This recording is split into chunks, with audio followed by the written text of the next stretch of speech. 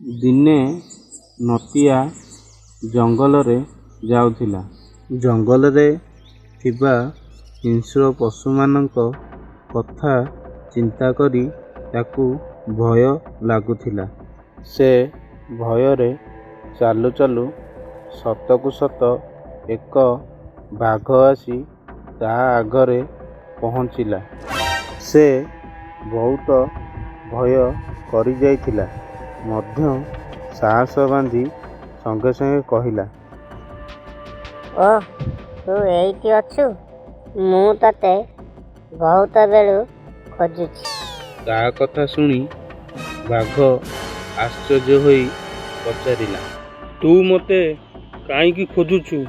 ନଟିଆ ଜବାବ ଦେଲା, ରାଜା ମୋତେ ଆଦେଶ ଦେଇଛନ୍ତି ଦୁଇଟି ବାଘ ଧରି ନେବାକୁ।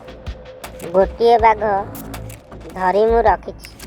ତତେ ଧରି ନେଲେ ଦୁଇଟି ହେଇଯିବ।